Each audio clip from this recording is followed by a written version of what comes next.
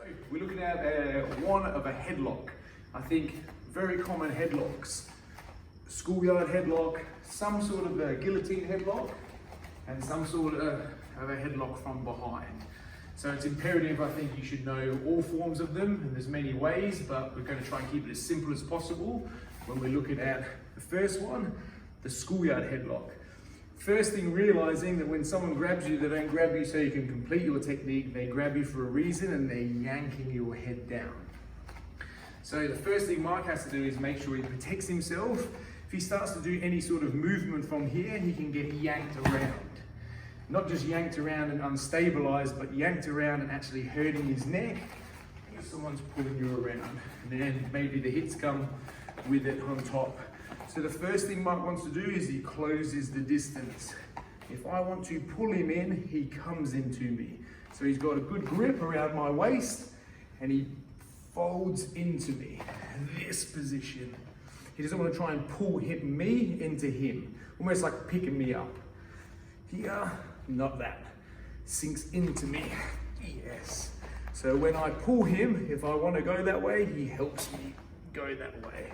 So he's taken the pressure off his neck, shoulders up, and he's made a structure. That's the first thing. So I end up underneath, turn, control, and sink in. My shoulders are also up, so basically he's now pulling all of my body. The next thing I want to do to take him down, here, realizing the person's pulling in, he's going to melt me to the floor, and make sure that he goes to the side.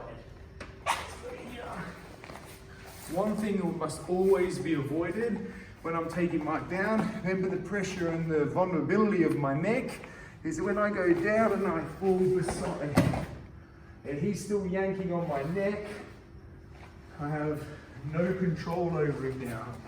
That's imperative. That's when you're definitely going to get a hurt neck if nothing else. So here, I control, and when I melt him to the floor, I come into a good position, a solid position with Mark.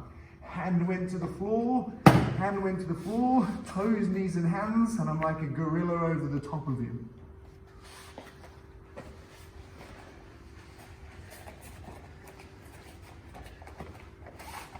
He grabs, I go towards him, secure position first, melt him to the floor, make sure I stay, stable position, hands, tight. To get out of this position, once I melt Mark to the floor, here, I'm tight, don't make any moves. If I go straight the way before I've secured my position into some sort of an escape, I'm going to get rolled over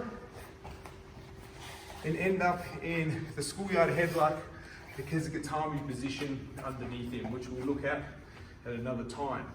So Mark's on his side,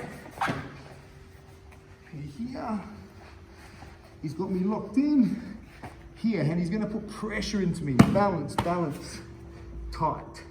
Hand comes over the top. I'm going to go between his cheek and his jawbone, here, not on his neck. If I go on his neck, he has too much power, still connected to his body. I push on his head, because his head is connected to his neck, and his neck's not going to hold me up. Position first, fist or karate chop. For power, I like the fist. I go under if I can, or around if he's holding this too tight. If I can't reach, I adjust my legs.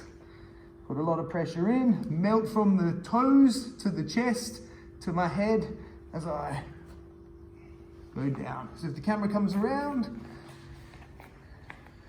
this is not just my arm. Here, starts at the toes, comes through, pushes through his chest and pushes out as my head goes up.